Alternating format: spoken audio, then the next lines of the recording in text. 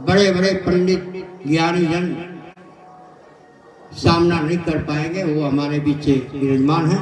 मैं स्वामी से आग्रह करूंगा कि आप अपने अमृत की वाणी को हम लोगों के बीच में साहस, त्याग, तपस्या और इस गुरु परंपरा में बढ़ाने का काम अपने वाणियों से उचित करेंगे। बोल जयकारा श्री गुरुदेव भगवान की, नगली निवासी भगवान की, नौहट्टा निवासी भगवान, स्वामी राघवानंद महाराज की।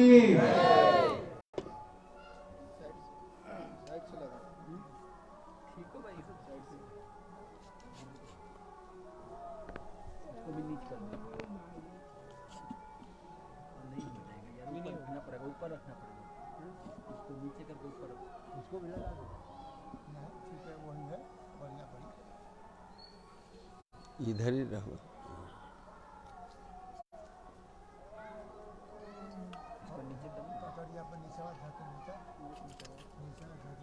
रहने तो जहाँ है वहीं रहने दो।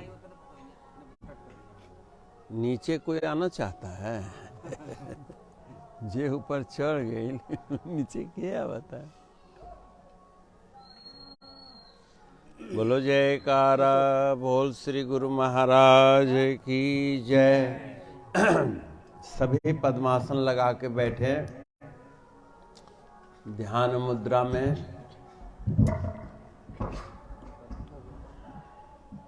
बोलो जयकारा, बोल श्री गुरु महाराज की जय। सत सनातन धर्म की, श्री दयालु परमहंस महाराज की जय। श्री नंगली निवासी भगवान की जय। श्री नंगल बिहारी महाराज की जय। परमपुरी महाराज की जय। श्री नौहट्टा स्वामी जी महाराज की जय। सभी आसनबद्ध होकर ज्ञान मुद्रा में बैठे। बच्चे बैठो, ऐसे बैठो। ये लकीर के बीच में तर्जनी उंगली की नोक लगानी चाहिए। अंगूठा ऊपर, अंगूठा उंगली के ऊपर। इसको कहते हैं ज्ञान मुद्रा। मुद्रा माने धन है ना, पैसा। तो मनुष्य के मस्तिष्क में हर वक्त ज्ञान की मुद्रा होनी चाहिए। मुद्रा ही पूंजी है। बिना पूंजी के व्यापार संभव नहीं है ना।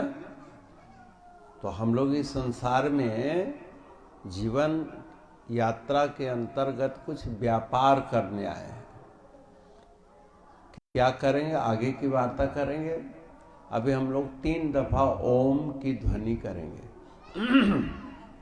लंबे सांस लें और धीरे धीरे ओम के माध्यम से सांस छोड़ेंगे।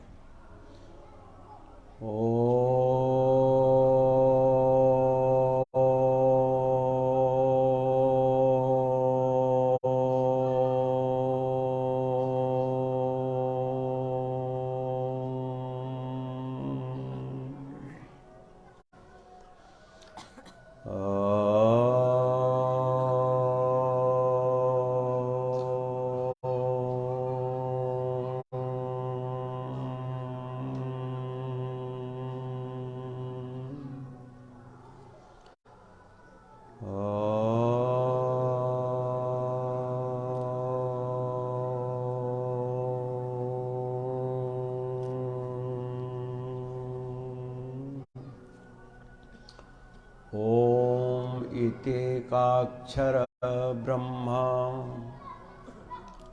ओंकार बिंदु संयुक्तम नित्यं ध्यायन्ति योगिनः कामदं मोक्षदं चैव ओंकाराय नमो नमः। परमात्मानमेकं जगद्बीजमाद्यं निरीहं निराकार ओंकार वेद्यं यतो जायते पालयते येन विश्वं तमीशं भजे दीयते यत्र विश्वम्।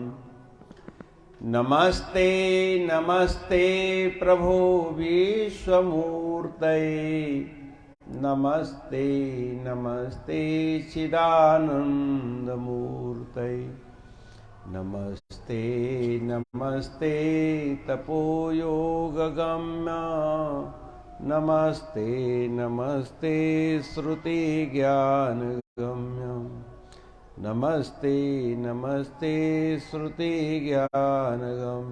बोलो सच्चिदानंद भगवान की जय। परम पूज्य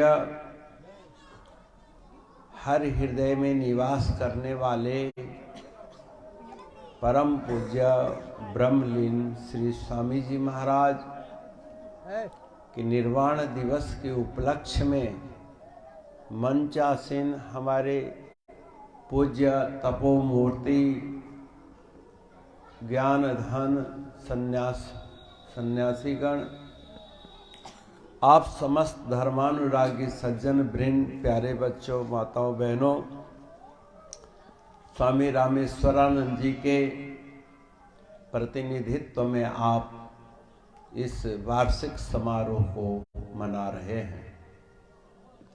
मुझे पूर्व समयों में आना था, लेकिन समय की व्यवस्था है, एक घड़ी आधी में पुनियाद, इसी सिद्धांत के तहत मैंने कहा कार्यक्रम तो संपन्न हो ही गया होगा। जैसा कि स्वामी जी ने कहा कि 75% लोग तो जा चुके हैं अपने अपने घरों को, भाई गृहस्थ हैं। लेकिन हमने कहा जिन्होंने लेना है ले ही लेना है भाई। हर चीज के नेताओं की इंतजारी तो आप कई कई दिन करते हैं, है ना। जिस जीवन से, जिस वचन से आपको सुख मिलना है, आत्म शांति मिलनी है, आपके घर बच्चों में एक सूझबूझ पैदा होनी है, उसके लिए व्यग्रता रहती है, टाइम ही नहीं मिलता है। तो परमात्मा क्या करे?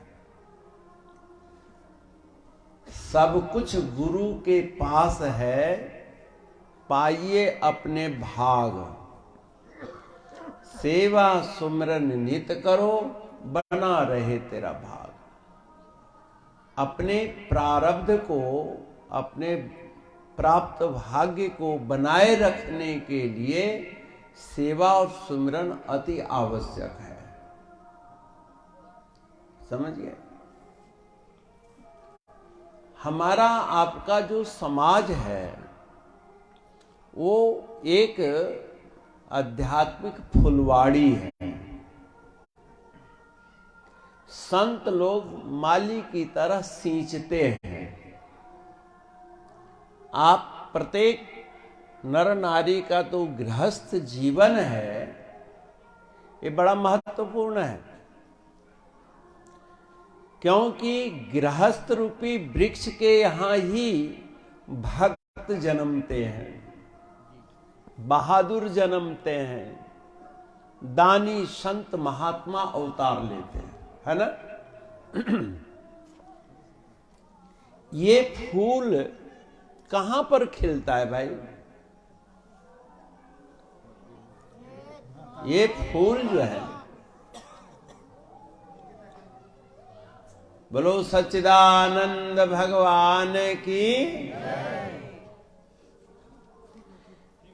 हम मनुष्यों को, हम गुरुमुखों को इस फूल से कुछ सीख लेनी चाहिए। आप लोग रोज फूल चढ़ाते हो, आपने तो फूल बनाया नहीं, आपने बनाया। फूल की खूबसूरती के लिए छोटे बड़े पंखुड़ियां हैं। देखो इतनी बड़ी पंखुड़ी है और ये पतली सीधी पंखुड़ी है ना। और सबका व्यक्तित्व तो इकाई अलग अलग है। अलग अलग क्या हमने कैंची से काट के सुंदर बनाया है? बोलो। कोई चाकू, कोई कटर, किसी का प्रयोग किया हमने? नहीं। फूल के अंदर 3 चीज है। दूर से क्या दिख रही है? खूबसूरती, है ना, बड़ा सुंदर फूल है। और छूने पर ये बड़ा नरम है, कोमलता है। और सूंघने पर इसके अंदर परफ्यूम, सुगंध भी है। सुगंध निराकार है। सुगंध की फोटोग्राफी हो सकती है? सुगंध की कोई फोटो बनेगी? नहीं। कोमलता की फोटो बनेगी? सिर्फ बनेगी तो सुंदरता की बनेगी। तो फूल सगुण है, साधना में कोमलता है, और जहां जाए वहां सुगंध बिखरता है। जब तक जीवन फूल निरंतर अपनी महक लुटाता है, किसी हाथ में जाए उसकी शोभा सदा बढ़ाता है।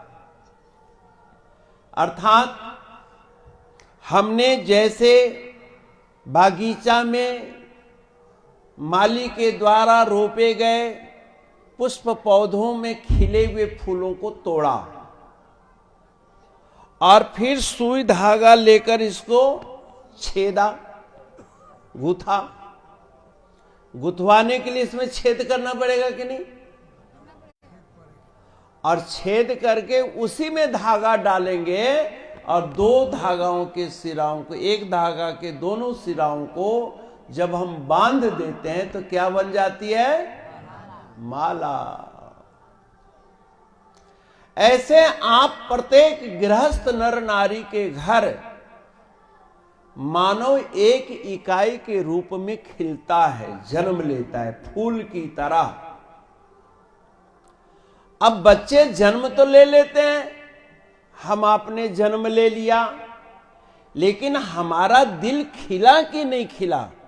क्योंकि खिले हुए फूल की ही माला अच्छी लगती है। क्यों खिले हुए फूल की माला अच्छी लगती है? क्योंकि फूल खिला हुआ अच्छा लगता है ना। फुला हुआ फूल जो है अच्छा लगता है, खिला हुआ, हंसता हुआ, व्यंसता हुआ, सुगंधित। ऐसे आपका हमारा जन्म तो हो गया टोडी के रूप में, लेकिन हमारी वैचारिक कटिंग नहीं हुई। क्योंकि खिलेगा तब जब हम हर एक विचार के, एक हर संकल्प को हम काटेंगे। यह अच्छा है, यह बुरा है, ये छल है और ये कपट है, ये बैर है, ये विरुद्ध है, ये जन्म कारक है, मुक्ति कारक है। ये आपके विचारों को गुरुजन हृदय में बैठ करके कटिंग करते हैं, और जो उस कटिंग को सहन कर जाता है वो सुंदर रूप ले लेता है। ये संत लोग अपने गुरुजनों के सानिध्य में हर क्षण कुछ न कुछ डांट खाते हैं, फटकार खाते हैं, और हर फटकार के पीछे एक सोच होती है, एक उद्देश्य होता है। क्योंकि गुरु तो किसी से बैर करता नहीं। वो गुरु ही क्या है जिसके हृदय में घृणा हो, जिसके अंदर बैर हो, जिसके अंदर नफरत हो, जिसके अंदर प्रतिभा से जलन हो। क्या ऐसा व्यक्ति कभी गुरु बन सकता है? क्या नहीं बन सकता। गुरु का मतलब गुरुत्व, आपको भारीपन लाए, वाणी में वजन पैदा कर दे, आपके उठन बैठन में वजन पैदा कर दे, आपके चिंतन में वजन पैदा कर दे, आपके खान पान में गरिमा डाल दे। वही तो गुरु है। नास्ति तत्वम गुरु परम, इस संसार में गुरु से बड़े कोई पद नहीं है। तो ऐसे सदगुरु के शरण में आप लोग आते हो और जीवन के कुछ उद्देश्य जानते हैं। महाराज जी के महानिर्वाण पर कुछ बोलूं उससे पूर्व आप ये सत्संग भवन में ईंटों को देखो, ईंटें लग रही है ना, हर ईंट के चारों तरफ से मसाला है, सीमेंट मसाला। अगर मान लो 4 ईंट आप मसालेदार लगाओ और फिर 4 ईंट बिना मसाला के लगाओ, वो मकान मजबूत बनेगा? है नहीं ना बनेगा। हर मसाला ईंट को चारों तरफ सीमेंटेड मसाला से चिपकना चाहिए, क्योंकि मसाला जो है ईंट नहीं बनाता, अपितु ईंटों को पकड़ के रखता है, आपस में जोड़ के रखता है, और उसके ऊपर जितना मर्जी वजन डाल दो वो सहर्ष सहन कर लेता है। आज हम छोटे छोटे जिम्मेवारियों से घबरा जाते हैं। हाय मेरे घर में तो बेटी पैदा हो गई, अब क्या होगा? हाय मेरा बेटा बदमाश हो गया, अब क्या होगा? ये वजन है। परिवार का पालन पोषण करना ये वजन है आपके ऊपर। लेकिन आपकी चित्तवृत्ति क्या मसालों से, धर्म से ढका हुआ है? विचार करना। आपके हर घर के मेंबर क्या गुरुमुख हैं? क्या गुरु भक्ति के मसाले से जुड़े हैं? और नहीं जुड़े हैं तो उनकी वही दशा होगी जैसे एक ईंट दूसरे ईंट से जुड़ के नहीं रह सकती है। उनको जोड़ने का काम केवल मसाला करता है। धर्म ही सबको जोड़ता है। जैसे सूखे लोग कहते ना, हम गेहूं की रोटी खा रहे हैं, काय की रोटी बनी है? आटे की बनी है। क्या आटा की रोटी बन सकती है? सूखे आटा को बेलो, रोटी बेलाएगी? पूरी बनेगी? कचौड़ी? कुछ भी नहीं बनेगा। क्योंकि पहले तो गेहूं का दाना अलग अलग है, और जब उसको हमने पीस दिया तो बारीक तो हो गया, लेकिन उसका अलगाव खत्म नहीं हुआ।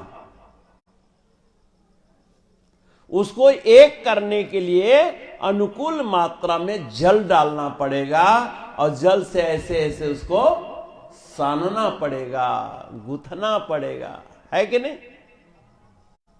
ऐसे हमारी मनोवृत्ति, पहले तो स्वयं में हम अलग हैं, परिवार में नहीं। जब आंख बंद करके बैठो तो एक मन कुछ कहेगा, दूसरा मन कुछ कहेगा। आप लोग कहते हो ना, हमारे बच्चे को किसी ने सिखा दिया, मेरी बहू को किसी ने भड़का दिया, घर में अशांति होगी।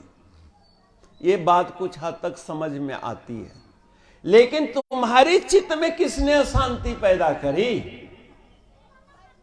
तुम जब आंख बंद करके गुरु महाराज जी के ध्यान करना चाहते हो तो ध्यान में वृत्ति लगाए रखने में कौन बाधक है? तुम्हारे अपने संस्कार, तुम्हारा अपनी चिंतन। तो उस चिंतन को कौन सुधारेगा? क्या पड़ोसी सुधारेंगे? घरवाली सुधारेगी? नहीं नहीं, वो तो संत सदगुरु अपने उपदेश के पानी से तेरे चित्त वृत्ति को गूंथेंगे।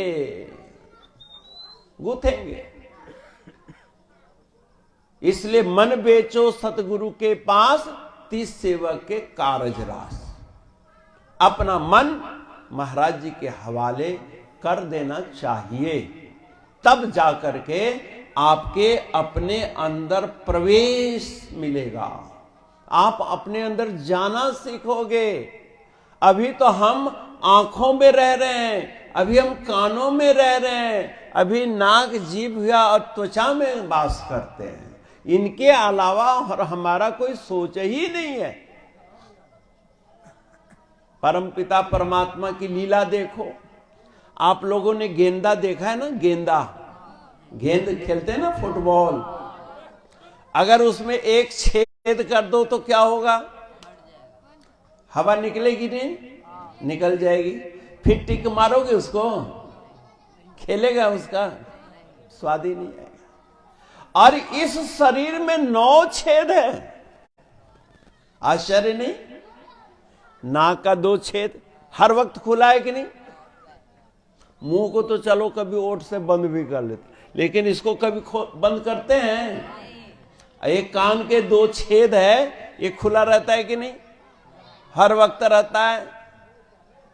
ये 4 इतने बड़े बड़े छेद हैं, इसके अंदर हवा रहती कैसे है भाई? आश्चर्य। फुटबॉल के अंदर से एक छेद हवा को बाहर निकाल देती है, और इस शरीर में 9 छेद है और जन्मजात छेद है, और फिर भी हवा बढ़ती जा रही है। छोटा बच्चा देखो, बढ़ते बढ़ते बढ़ते बढ़ते बढ़ते बढ़ते कितना बड़ा हो गया, हवे तो फैला रहा है। ट्यूब इतनी है, ब्लाडर, हवा दे दे के उसको फैला देते हैं। गुब्बारा देखो, छोटा सा होता है और इतना बड़ा बन जाता है। ऐसे ही इंसान जब जन्म लेता है तो कितना बड़ा होता है? छोटा होता है।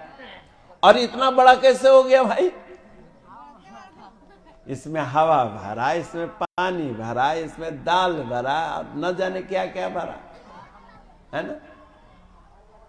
हम लोग इसमें भरने से पहले सचेत कहते हैं कि भाई इसमें भरो, पानी भरो, पर साफ पानी भरो, खाओ पर साफ खाओ, सुनो पर साफ साफ शब्द सुनो, सूंघो सुगंध सूंघो, है कि नहीं?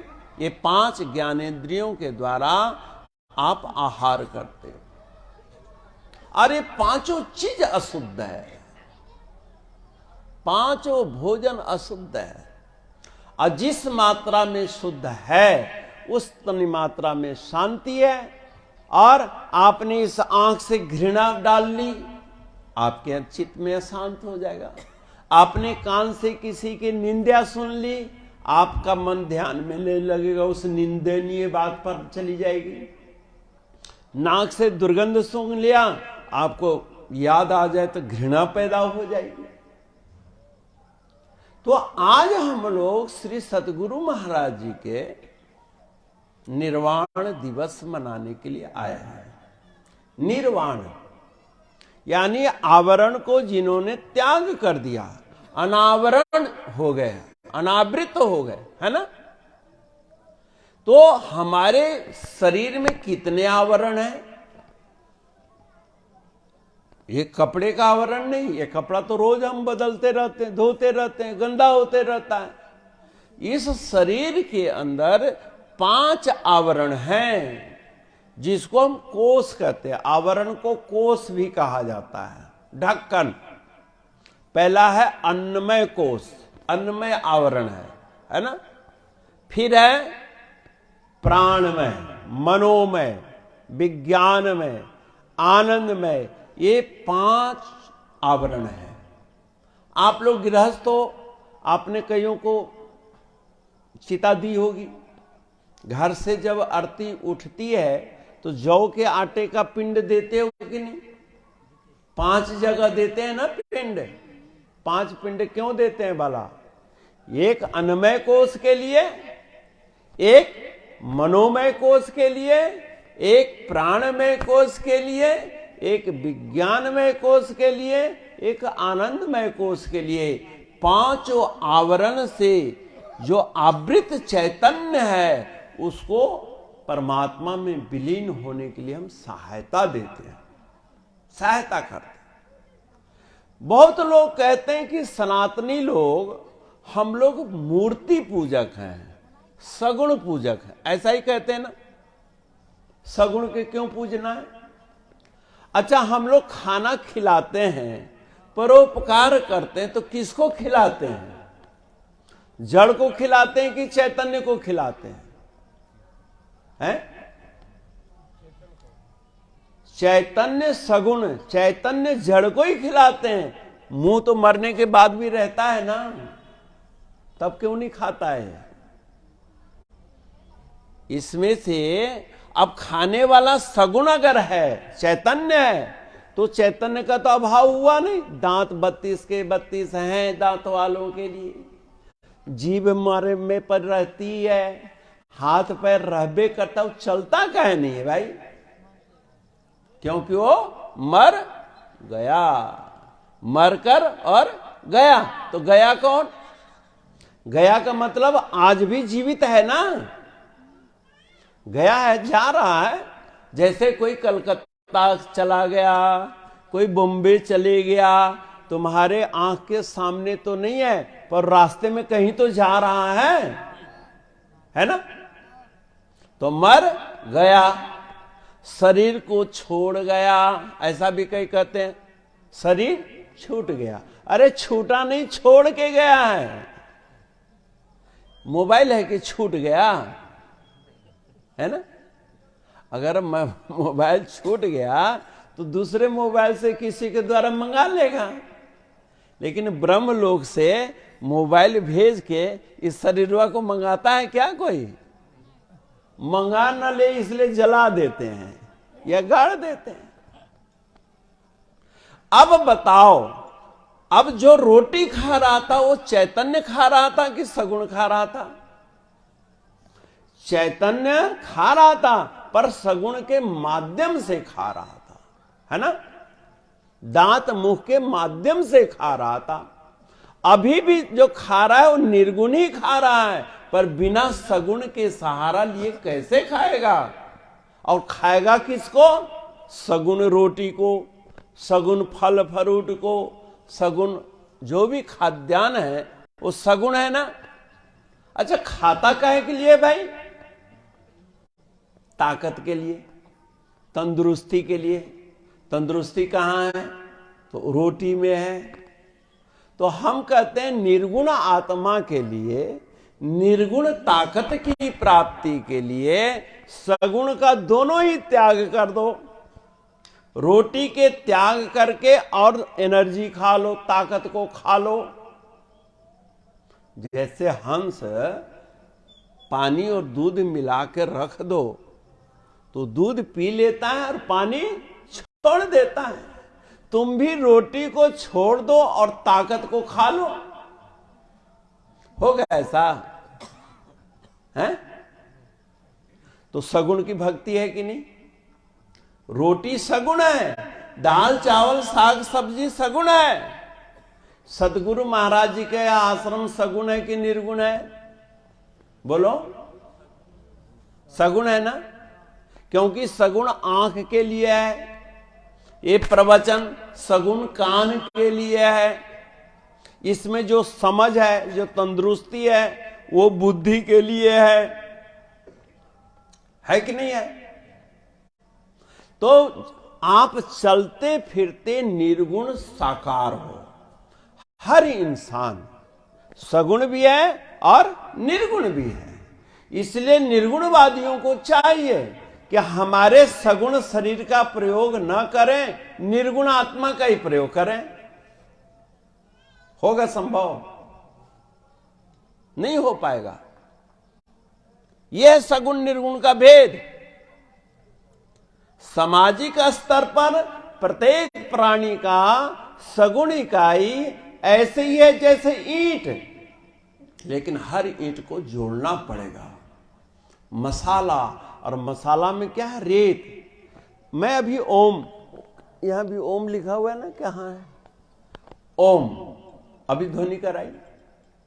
एक दफा मैं स्वामी जी कहीं जा रहा था बस में, हरियाणा में। एक उसमें कोई व्यक्ति बैठे थे, पढ़े लिखे थे। अगली सीट खाली थी, 3 सीटर। मैं फटाफट सामान लिया, बगल में रखा और सीट पर बैठ गया।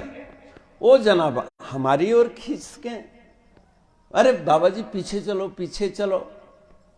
हमने कहा भाई 2-3 सीट की जगह एक आप बैठे, एक मैं बैठ जाता हूं, बाकी लोग आएंगे पीछे चले जाएंगे, मैं तो यहीं बैठूंगा भाई। और मैं बैठ गया। थोड़ा अनमना है, मेरी राइट है, मेरे पास टिकट है, मैं बैठ गया। वो कहने लगे बुदबुदाते हुए कि साधुओं से हमें बड़ी घृणा है? साधु से हमें, अब ये बात नहीं जानता कि संत न होते जगत में तो जल मरता संसार। अगर संसार को कोई बचाने वाला है तो संत समाज है। राम जी को मानवता देने वाले संत समाज ही तो है? सातों सममय मोहिमय जग देखा, क्या सातों सम मोहिमय जग देखा, अब मोते अधिक संत कर लेगा। राम से भी बड़ा अस्तित्व संतों का है, ऐसा राम जी ने स्वयं अपने श्री मुखारविंद से रामायण में कहा है। वो कहे कि संत, हम भी सुनते रहे, बहुत कुछ सुनना पड़ता है। क्या आप अपने बच्चों से नहीं सुनते हो? जा तू हमारे बाबूजी नहीं खा, तू हमारे मई नहीं खे, जरा सा चाटा मारिए, बचपन यही कहते हैं। तो आप मान लेते हैं कि हम इसका कुछ नहीं है। आप समाज वाले लाख कहो कि संत हमारे कुछ नहीं है, पर संत तो आपको अपना नवजात बालक की तरह लालन पालन करते ही करते हैं कि नहीं? करते हैं, करना है। संत से बड़ा घृणा थी। चलो घृणा है, घृणा करते रहो, हमें क्या लेना है। फिर बैठे रहे। सफर के दौरान फिर बोल पड़े, बाबा जी आप कहाँ से आए हो, कहाँ जाना है? हमने जमुनानगर जाना है। आपको कहाँ जाना है? जमुनानगर जाना है, 3-4 घंटे का सफर है। हमने कहा कि चलो कोई बात। तो हमने कहा कि आप क्या करते हो? बोले मैं प्रोफेसर हूं। उन्होंने क्या कहा? मैं प्रोफेसर हूं। हमने प्रोफेसर तो इस धरती पर महाबोझ है महाराज। जितने मास्टर है ना, ये सब भारे हैं इस संसार पर। आप क्या करते हो जी? अब वो प्रोफेसर घबराया। हमने कहा आप भार नहीं हो, आप क्या करते हो पहले बताओ? खेत जोतते हो, फोड़ा चलाते हो, ईंट ढोते हो? बोले नहीं। क्या करते हो? तो लेक्चर देते हैं। हमने लेक्चर हम भी देते हैं। समानांतर एक प्रोफेसर, एक शिक्षक भी तो लेक्चर ही देता है। और आपकी तनख्वाह फिक्स है, 60,000, 70,000, लाख, 1.5 लाख भी सुनता हूं मैं। क्या इतनी की मजदूरी करते हो आप? अगर सही मानों में देखा जाए, पूरे साल में एक तो 5 महीने का साल होता है आप लोगों का, सारे संडे मंडे आदि छुट्टी ले लिया जाए बीच में, तो लगभग 5 महीने की छुट्टी हो जाती है मास्टरों की। होती है कि नहीं? जो अगर मास्टर है तो प्रैक्टिकल बात कर रहा हूं मैं। जब आप हमारे संतों को सामने कुछ बोलते हो तो हम क्यों ना सामने बोले भाई? हम तो लाउड स्पीकर में बोल रहे हैं। हमने कहा प्रोफेसर महाबोझ है संसार। आप क्या काम करते हैं? एक मजदूर के बराबर काम कर सकते हो दिन भर में? बोले नहीं। तो मैं डॉक्टर बनाता हूं, मैं इंजीनियर बनाता हूं, मैंने कहा मैं महामानव बनाता हूं, मैं भक्त बनाता हूं, मैं परोपकारी बनाता हूं, मैं दयावान बनाता हूं, करुणावान बनाता हूं, तभी तो अमीर गरीबों के प्रति हमदर्द रखेंगे। हम भी कुछ देते हैं। और हम तो प्रोफेसर को भी पढ़ाते हैं, हम तो टीचरों को भी पढ़ाते हैं। इस मामले में हम लोग एक हैं। लेक्चर आप भी देते हैं, लेक्चर हम भी देते हैं, खाना आप भी खाते हैं, खाना हम भी खाते हैं। बच्चों के सामने आप भी ऊपर स्टेज पर बैठते हो, हम भी ऊपर बैठते हैं। क्या फर्क है पहले बताओ? नॉलेज आपकी बुद्धि में है, नॉलेज महाराज जी ने हमें भी थोड़ी बहुत दे रखी है। हमने कहा कि आप किस सब्जेक्ट के प्रोफेसर हो, ये पहले बताओ। अब वो सकपका है, मुझे लगता है कि बाबा कुछ जानता है कुछ। बाबा जी हम किस सब्जेक्ट हो? वो कहे स्वामी जी इस दुनिया में जो सबसे निकम्मा सब्जेक्ट है ना, उसका मैं प्रोफेसर हूं। हमने कहा भारत सरकार निकम्मा सब्जेक्ट का क्या कभी सृजन कर सकता है? शिक्षा बोर्ड है हमारे में, सिलेबस के लिए बहुत बड़े बड़े क्रीम माइंड के लोग लगते हैं, निकम्मा सब्जेक्ट उन्होंने लागू क्यों किया? आश्चर्य है। उन्होंने कहा अच्छा स्वामी जी आप बताओ वो निकम्मा सब्जेक्ट सबसे ज्यादा कौन है? हमने कहा मेरे दृष्टि में तो निकम्मा शब्द ही कोई नहीं है ना? निकम्मा सब्जेक्ट कोई नहीं होता। हाँ, लोग कहते हैं कि रात भर रटा सुबह सफा, वो इतिहास है, फलानवा का बेटा ये था, फलानवा का दादा ये था, फलाना ये किया, फलाना वो किया। आप किस सब्जेक्ट के प्रोफेसर? बोले मैं गणित का प्रोफेसर हूं। किसका है? मैथमेटिक्स का। हमने राम राम, इतने ऊंचे सब्जेक्ट का प्रोफेसर होके आप अपने पेशों को निम्न कहते हैं? ये तो बहुत ऊंचा है। इस संसार में दो ही चीज तो सत्य है, निर्गुण में ईश्वर और सगुण में गणित। परमात्मा या सत्य है या फिर गणित सत्य है। इतिहास परिवर्तनशील है, सामाजिक व्यवस्था परिवर्तनशील है, भौगोलिक, जैसे आज आप समाज में बड़ा ऊंच नीच भेदभाव जाति पात पर चर्चा चलती है। ये क्या परमात्मा ने भेद बना करके भेजा है क्या? ये हम आपने बनाया है। आज ही मैं बनारस में बैठा था, वहां यही चर्चा चल रही थी, चल पड़ी। हमने कहा कि इस संसार में ब्रह्मा जी ने सबको मनुष्य बनाकर भेजा है। किस जाति के कौन ब्रह्मा ने जन्म किया है, पहले ये मुझे बताओ। ब्रह्मा जी ने जब सृष्टि बनाई तो उन्होंने हर एक जाति के लिए अलग अलग ब्रह्मा बनाए क्या? एक ही ब्रह्मा जी बनाए ना। अच्छा, किस जाति के लिए सूर्य बना है भाई? सूर्य की रोशनी कौन ले सकता है और कौन नहीं ले सकता है, बताओ। सभी ले सकते हैं कि नहीं? अरे मनुष्य को तो छोड़ो, पशु पक्षी कीट पतंग पेड़ पौधा सबका एक सूर्य के प्रकाश पर, एक सूर्य की प्रोटीन पर, एक सूर्य की ऊर्जा पर बराबर का अधिकार है या नहीं है? ये सगुण सूर्य और निर्गुण पर ब्रह्म परमात्मा एक ही है। परमात्मा न एकम, परमात्मा एक है। जगद्बीज माध्यम निरीह, यानी इच्छा रहित उसने संसार को, उसको कोई इच्छा नहीं बना दिया। अब हम आप कहते हैं हमारे आंगन का सूर्य पवित्र है और दूसरे आंगन का सूर्य अपवित्र है। ऐसा कैसे हो सकता है भाई? नहीं हो सकता। तब मुझे लोगों ने वेद मंत्र सुनाने लगा।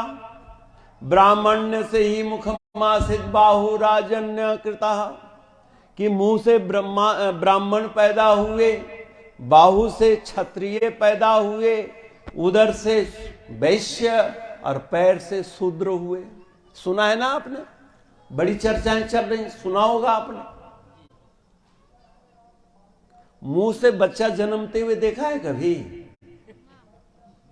है?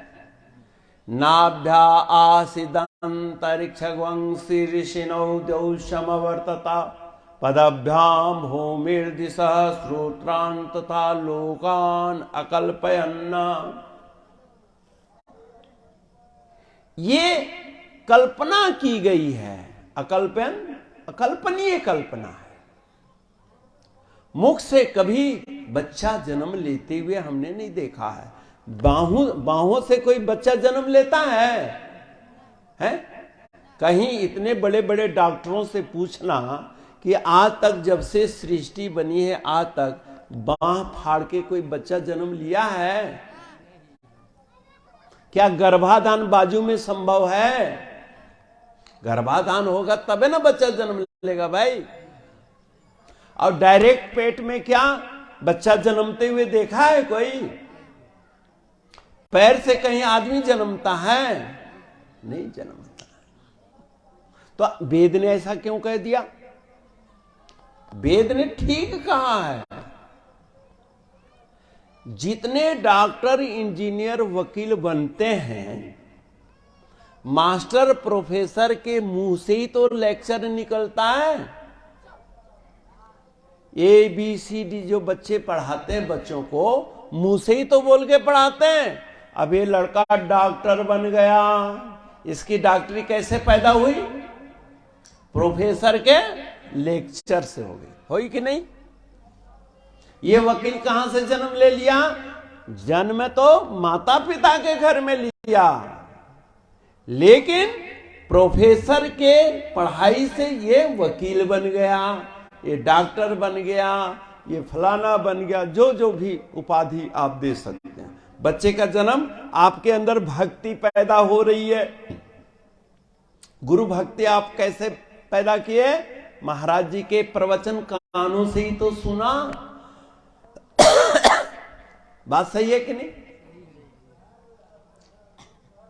कान से शब्द गया, बुद्धि में वो ठहर गया, चिंतन प्रयोगशाला में उसका प्रयोग किया, इंजीनियर वैज्ञानिक बन गया। अब प्रोफेसर के लेक्चर से कोई पहलवान पैदा नहीं हो सकता, ठीक है? लेक्चर सुन करके बाहुबली नहीं हो सकता, वो तो अखाड़ा में ही होगा। नहीं ऐसे ऐसे मारते हैं ताल, तेरे देखते हैं बाजू में कितनी ताकत है। दंड बैठक कहां होगा? अखाड़ा में होगा। शारीरिक सौष्ठव कहां प्राप्त होगा? अखाड़ा में होगा। तो वहां पर पहलवानी पैदा होगी। अब मान लीजिए डॉक्टर भी बन गया, पहलवान भी बन गया, लेकिन क्षुधा निवृत्ति के लिए भोजन चाहिए, और भोजन में अनेक वस्तु चाहिए, जैसे दाल भी चाहिए, हींग भी चाहिए, जीरा भी चाहिए, धनिया भी चाहिए, और मेवा मिष्ठान चाहिए, काजू भी चाहिए, किशमिश चाहिए ना। क्या एक गांव में पैदा हो गया नौहट्टा में? बोलो। सारे खाद्यान्न, फल फ्रूट, मेवा मिष्ठान क्या नौहट्टा में पैदा होगा? कोई कश्मीर में पैदा हो रहा है, कोई काबुल में हो रहा है, कोई कहीं हो रहा है। वहां से लाएगा कौन? कोई व्यापारी लाएगा? क्योंकि गांव में हर एक वस्तु की जरूरत है, और हर वस्तु संसार में है, लेकिन विभिन्न क्षेत्रों में है। वहां से कलेक्ट कौन करेगा? इकट्ठा कौन करेगा? कोई व्यापारी करेगा। उसका नाम हमने रख दिया वैश्य। तो जगह जगह से चुन करके लाओ, है ना। अब मान लीजिए आप डॉक्टर भी बन गए, बाहुबली भी बन गए, पेट भी भरा हुआ है, लेकिन कोई सेवादार नहीं है, रोटी पकाने वाला नहीं है, गोईठा बीनने वाला कोई नहीं है, बर्तन मांजने वाला कोई नहीं है। तो डॉक्टर ये सब क्या करेंगे? या तो वैज्ञानिक रिसर्च करेंगे या खाना पकाएंगे। ये मुख्य 4 वर्ण हैं। एक बुद्धिमान, जैसे आज मेरी दृष्टि में जो सामाजिक व्यवस्था है, चारों वर्ण आज भी मौजूद है। और जिस बुजुर्गों ने ये 4 व्यवस्था बनाई होगी, क्या उस समय आपस में अछूत मानते होंगे कोई किसी को? बोलो। नहीं मानते।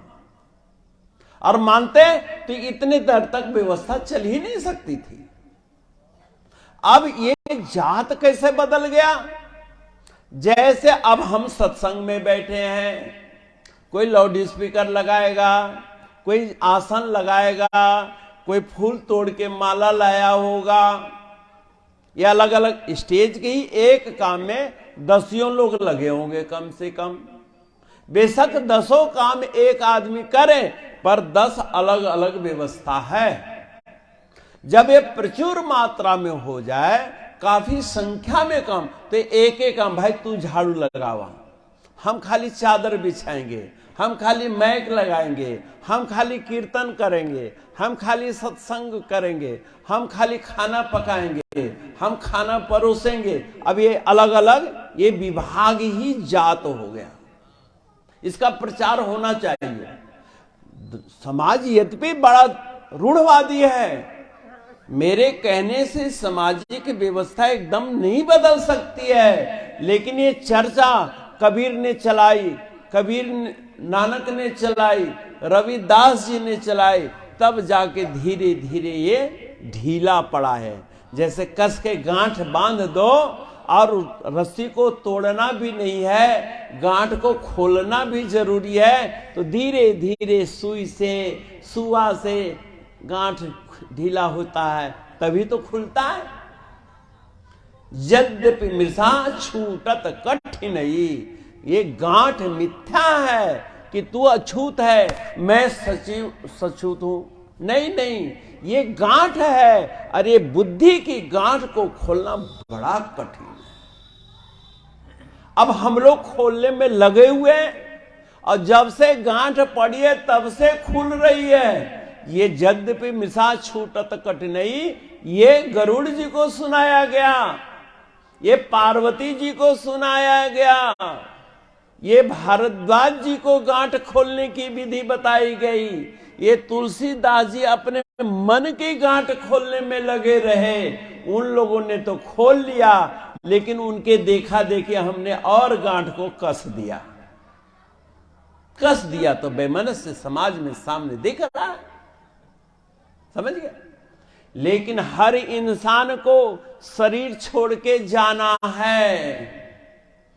महाराज जी के इस निर्वाण दिवस पर आपको क्या सीख लेनी है? ये पांचों कोष का आपको त्याग निश्चय ही करना पड़ेगा, है कि नहीं?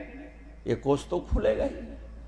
अब चाहे जाति उपजाति के विषय में हमने समझाने की चेष्टा करी, ऐसे ब्राह्मणों में भी होता है, कोई समिधा लाता है, कोई सामग्री मिलाता है, कोई वेदी बनाता है। सभी ब्राह्मण एक जैसे काम नहीं करते।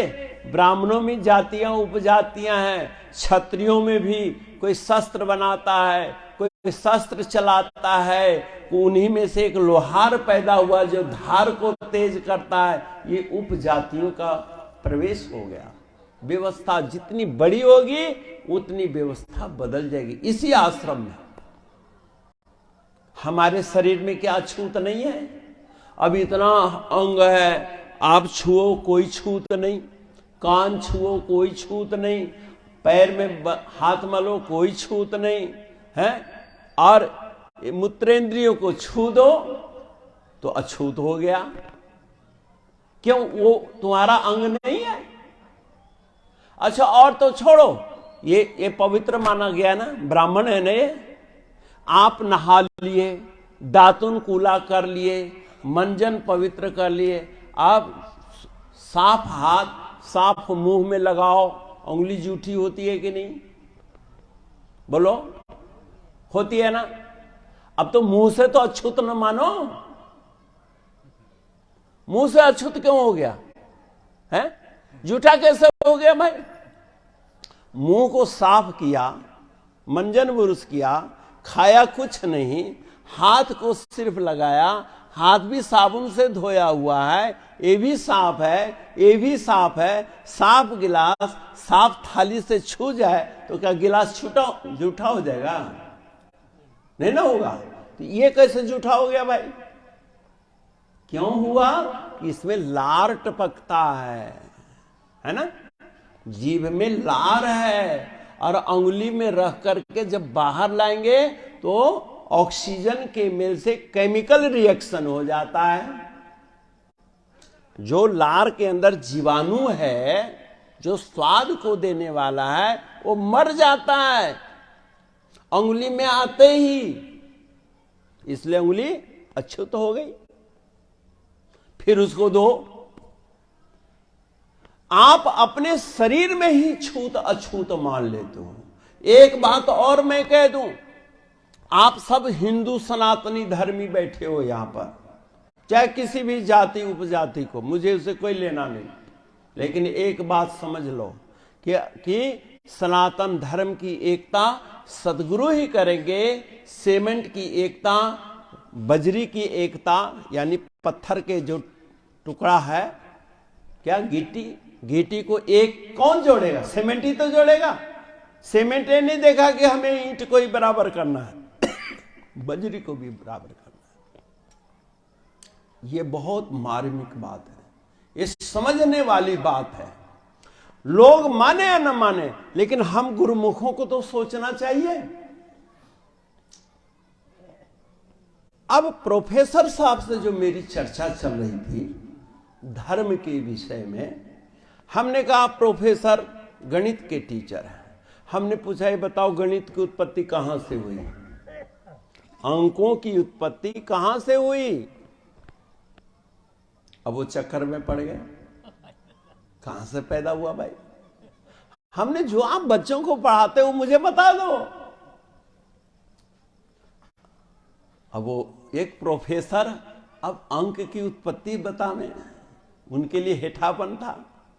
हमने सीधे कह दो ना 0 1 2 3 4, यही ना निकलता है भाई।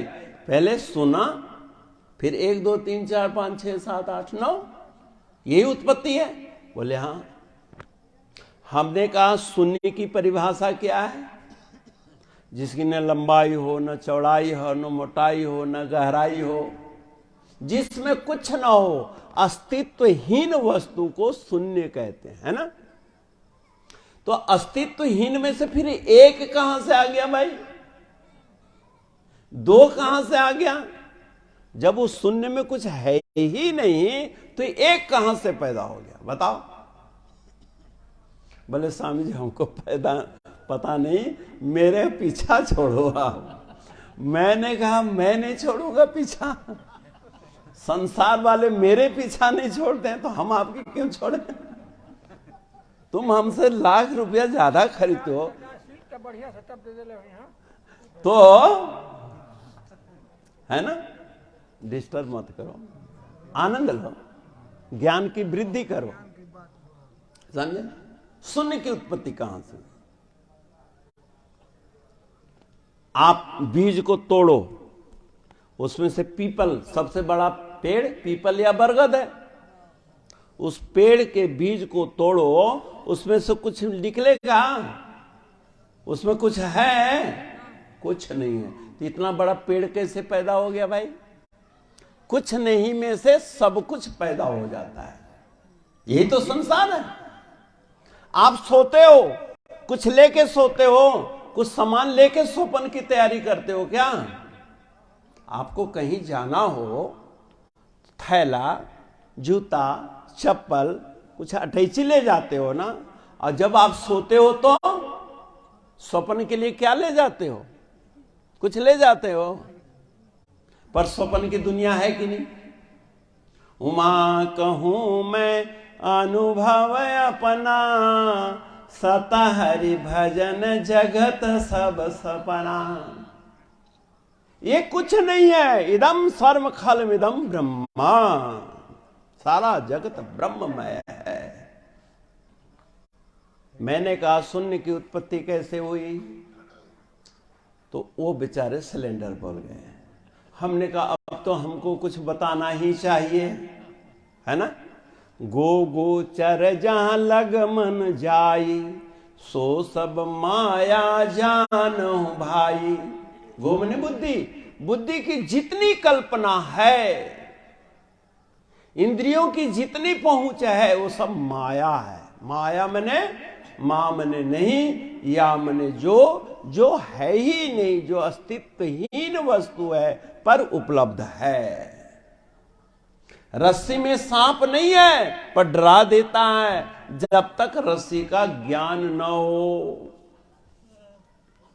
मैंने कहा मान्यवर, ये बताइए शून्य में और बिंदु में क्या अंतर है? बिंदु आपने देखा है, शून्य और बिंदु, अंक, अंग ऊपर बिंदु डालते ना, चंद्र बिंदु।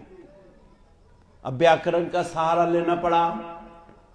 बिंदु, बिंदु ठोस है। बिंदु क्या है? ठोस। और शून्य क्या है? बीच से खाली है। अब ठोस बिंदु के सहारे रेखा का निर्माण होता है, डॉट डॉट डॉट डॉट, अथवा लकीर खींचिए। लकीर कैसे खींची जाती है? वो बिंदु, अनेक बिंदुओं का एक संगम होता है, मेल होता है। आप सन की रस्सी देखो ना, सन की रस्सी बारीक बारीक तंतु होती है कि नहीं? लेकिन उसको जब बट देते हैं तो क्या कहते हैं? रस्सी। राम ने कहा जननी जनक बंधु सुतदारा और तन धन भवन सुहृद परिवारा, सब कर ममता ताग बटोरी और मम पद बंधहि बांट बट डोरी। भक्ति के लिए आपको बाहर की रस्सी नहीं है, आपकी बौद्धिक तंतु लगाओ, चेतना कुछ पुत्र के प्रति, धन के प्रति, दौलत के प्रति, तन धन भवन सुहृद, ये सब लोगों मनुष्य के फंसाव पॉइंट हैं। वहां से ममता को निकालकर एक भक्ति की निष्ठा, एक निष्ठा बांध करके अनन्य चिंतयन्तो माम ये जना पर्युपासते तेषाम नित्यभियुक्ता नाम योग क्षेमा वहाम्यहम्। तो रस्सी को बांधना पड़ता है, तब ये निर्वाण अपने आप। तो हमने उनसे कहा कि बिंदु को बनाने के लिए कोई अक्ल की जरूरत नहीं है, शून्य को बनाने के लिए अकल की जरूरत है, ठीक है ना? शून्य को बनाने के लिए एक वृत्त बनाना होगा ना, और वृत्त के लिए दिमाग में सेंस होना चाहिए, नहीं तो ऐसे कर देंगे त्रिकोण बन जाएगा, खडकोण बन जाएगा, चतुष्कोण बन जाएगा, उसको कोई शून्य मानेगा? नहीं मान। शून्य माने गोल। और एक अनपढ़ लड़का पेंसिल लेता है, दीवार में ऐसे मार देता है, बिंदु बनता है कि नहीं? रेखा बिंदु के मेल से, चंद्र बिंदु रेखा का प्रतीक है। जो टेढ़ापन है ऊपर वाले बिंदु के मेल से रेखा बनती है, और रेखा की विभिन्न अवस्थाओं को अक्षर कहते हैं, है ना? अक्षर कहते हैं, अक्षरम ब्रह्मा। अब इस पर व्याख्या तो बहुत हो सकती है, लेकिन आज महाराज के इस महानिर्वाण दिवस पर आपको 5 आवरणों का परित्याग करना है। अन्नमय कोश का शोधन कीजिए। अन्नमय का निर्माण सतोगुण रजोगुण तमोगुण माध्यम से ये त्रिदोष उत्पन्न हो जाता है शरीर में। ये त्रिदोष निवारण के लिए आहार व्यवहार की शुद्धि की आवश्यकता है। मनोमय श्रवण दर्शन कीर्तन आदि के शुद्धिकरण से मन शुद्ध होता है। आप लोग तन से सेवा बहुत करते हो, लेकिन वचन की सेवा नहीं करते हो। 2 गुरु भाई झाड़ू लगा रहे हैं, मान लो कोई सब्जी काट रहा है, तन से सेवा हो रही है, लेकिन आप नहीं जानते फलाना महात्मा ने ऐसा किया था, फलाने भगत ऐसा, अरे ऊपर का भगत है, ये बगुला भगत है। आपकी सेवा निष्फल हो रही कि नहीं? बेकार हो गई ना सेवा। क्यों? कि आप तन से सेवा कर रहे हैं, लेकिन वचन से सेवा नहीं कर रहे हैं। और वचन से अगर गुरु महाराज जी की महिमा करते हुए अगर शरीर की सेवा करोगे तो मन का भी सेवा हो जाएगी, क्योंकि मन महाराज जी के गुणों के बखान में लगेगा, चरित्र निर्माण में लगेगा। मन में चिंतन होगा तो वाणी होगी, वाणी होगी तो चर्चा होगी, वार्ता होगी, तो सेवा सफल हो जाएगा। नहीं तो महाराज ये तो इतना दिन सेवा किया, इसको क्या मिला? अरे शरीर से तो मेहनत किया, मजदूरी, लेकिन वचन से तो निंदा करके संगठन को बिगाड़ दिया है। भक्तों की भावना को तोड़ तो दिया। ये तो कत्ल से भी ज्यादा दोष है, भावना का कत्ल कर दिया, किसी निष्ठा को तोड़ दिया, ये सबसे बड़ा अपराध है। इसलिए शारीरिक सेवा और वचन की सेवा, अगर वचन की सेवा न कर सकें तो हनुमान चालीसा पाठ कर लो, अवगुण हार की बेनती पढ़ लो, या गुरु महिमा का पाठ करो, पाठ करते हुए सेवा करो, देखो आपकी सेवा का मजा आता है कि नहीं। कर से कर्म करो विधि नाना, मन राखो जहां कृपा निधाना।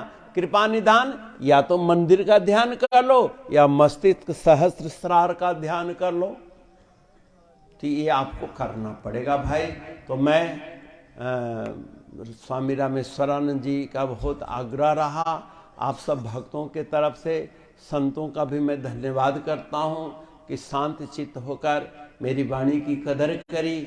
और महाराज के इस निर्वाण दिवस पर आप भी अपने नवनिर्मित शरीर के अंदर रहें, जब तक इस शरीर में इसका सुख भोगें, परिवार का आनंद लें, लेकिन परिवार को संगठित करने के लिए भक्ति का मसाला बहुत जरूरी है, वरना सब परिवार बिखर जाएगा, समाज बिखर रहा है। इस बिखराव को रोकेंगे तो सिर्फ संत रोकते हैं। इसलिए बंधुओं, हम आपको यही कहेंगे कि दुनिया की बातों में ना करके मूल ग्रंथों का अध्ययन करो, श्रोत्रिय ब्रह्मनिष्ठ संतों का आचरण करो। मैं अभी एक और हास्यास्पद बात सुनी, कुछ लोग कहे कि महाराज हमारा धर्म अलग है। हमने चलो, हमारा पंडित जी भी अलग हो गए। अरे वाह, पंडित कैसे अलग हो गया? हम कर्म कांड अपने पंडित से कराते हैं। अरे जिस पंडित का विरोध कर रहे हो, फिर अपने में एक अलग नया पंडित पैदा कर लिए, सम्मान तो दिया ही ना उसको। हम वो गुरुजी से नहीं पढ़ते, हमारे गुरुजी अलग हैं। गुरुजी की तो जरूरत पड़ गई ना तुम्हें, और वही पंडित जी से तुमने बनाया है, कल को वही तुमको कहेगा दूर दूर दूर दूर, तू गंदे हाथ से आया है, तो क्या फायदा होगा? ये व्यवस्था है, व्यवस्था में घृणा नहीं होनी चाहिए। और मैं उच्च वर्गों के लिए विशेष संदेश देता हूं कि आपके अछूत से हमारे छोटे भाई बट रहे हैं, उनको संगठित कैसे करना है? व्यवहार का जल डालो तो बिखरा हुआ गेहूं कण यानी आटा संगठित होगा, तभी परोठे बनेंगे, तभी हलवा बनेगा, तभी खीर बनेगी, भगवान के वही भोग लगेगा। आप भोग तो लगाना चाहते हो, पर घृणा के पानी से नहीं हो सकता। इसलिए धनवान लोगों को, बुद्धिमान लोगों को, पढ़े लिखे के लोगों को, चाहे जिस क्षेत्र में, बजाय अपनी बौद्धिक ऊर्जा को बिखराव में आप लगा रहे हैं, उसको कैसे संगठित करना है। कबीर की भावना जगाओ, रविदास जी की भावना जगाओ, वाल्मीकि जी की भावना जगाओ। क्या वो अपने समाज में अलगाव पैदा नहीं कर सकते थे? लेकिन उन्होंने अपने समाज को संगठित किया। मैं बुद्धिमान लोगों से कहना चाहता हूं, जो अपने आप को शेरखां मानते हैं, आप अपनी चुटकी बनाओ, हथेली पर रखे हुए 2 दाने चीनी के दाना उठाना है, उठा के खाना है, फांकना नहीं है। कैसे उठाओगे? ऐसे उठाओगे? कैसे उठेगा? ऐसे। अपने हथेली करो, बायां करो, सब लोग करो, चुटकी बनाओ, बाएं हाथ पर बनाओ चुटकी। कैसे? लोग कहते हैं उंगली बराबर नहीं होती है। लोग कहते हैं ना, महाराज जब परमात्मा ने हमारे अंगुलियों को बराबर नहीं बनाया, तो हम समाज में एक कैसे हो सकते हैं? समाज में एकता की जरूरत है, प्रयोग के लिए भी समता है ना? करो ऐसे। बराबर हुई कि ना उंगली? है बराबर हुए, हो गई। अब बराबर हुई तो कैसे हुई? गौर करो, सबसे ज्यादा कौन झुका है? जो बड़ी वाली अंगुली है वही ना झुका है, जो सबसे अपने आप को कहता मैं बड़ी हूं। है समाज में किसको झुकना पड़ेगा? जो सबसे बड़े हैं, जो अपने आप को बड़ा कहते हैं। संस्था भी वही झुक मजबूत होती है। स्वामी रामेश्वरानंद जी से पूछो, या जो भी अपने घर के गार्जियन हो, बड़की पुतों और छुटकी पुतों में भेद रखोगे तो एकता होगी? है छोटे बेटा और बड़ा बेटा लड़ पड़े तो छोटा बच्चा रो रहा है, रूठ गया, धरती पर लेट गया, कौन झुकेगा? जो मां है, जो बाप है, जो बड़ा है, वही तो झुकेगा, क्योंकि उसको तो धरती पर लौटने के लिए अकल की जरूरत नहीं है, उसको तो रूठने के लिए कोई बुद्धि की जरूरत नहीं। जहां है वो रोने लग गया, बस अब तुमको जरूरत है तो उठाओ उसको। बिना 90 क्या 180 डिग्री के कोण में वो झुकाता है, झुकाता है कि नहीं? 90 डिग्री कोण, फिर नीचे 90 डिग्री, कितना कोण हो गया? 180 कोण। 80 कोण में झुकेंगे तभी आप किसी चीज को उठा पाएंगे। धान रोपती हैं माताएं, 180 डिग्री के कोण में होके करती है कि नहीं? अभी विज्ञान का क्षेत्र है, धान रोपती है, लेकिन डिग्री क्या बनता है उनको नहीं पता है। वो तो डिग्री सोचती है कि बीए की डिग्री है, एमए की डिग्री है ना? लेकिन नहीं, कोणात्मक डिग्री भी होती है। तो इस तरह से धर्म सम्मेलन के माध्यम से विभिन्न विषयों को हम लोग महाराज जी की भक्ति के साथ साथ सामाजिक कुव्यवस्था जो है आज, उसके ऊपर भी फोकस डालते हैं। तो इस गुरु घर के तरफ से, श्री अद्वैत स्वरूप संन्यास आश्रम के तरफ से मैं सभी बंधुओं से आग्रह करता हूं कि महाराज जी के दरबार की एकता के साथ साथ आपकी पारिवारिक एकता होनी चाहिए। पारिवारिक एकता से पहले आपकी वैचारिक एकता होनी चाहिए। मन में कंफ्यूजन नहीं होना चाहिए कि भक्ति करूं कि न करूं, जप करूं कि न करूं, ये सत्य है कि असत्य है, एक कंफ्यूजन को दूर कीजिए। जब अंदर से कंफ्यूजन दूर होगा तब आपकी पारिवारिक एकता आएगी। जब पारिवारिक एकता आएगी तो सामाजिक एकता आएगी। जब सामाजिक एकता होगी तो फिर वैश्विक एकता होगी। संत लोग आपको अंदर से एकाग्र बनाते हैं। गणित का, हम आपको धर्म का ज्ञान देना चाहते हैं। स्कूल में आपको गणित का ज्ञान मिलता है, और गणित आप कहां रखते हो भाई? ज्ञान इसी में ना रखते हो। और मस्तिष्क में रखा हुआ ज्ञान सब्जी खरीदते समय भी ठगने से बचाता है, कपड़ा लेते समय भी आपको गणित ठगने से बचाता है, आपसे किराया ज्यादा कोई वसूल न ले इससे भी बचाता है। ज्ञान होगा तब ना।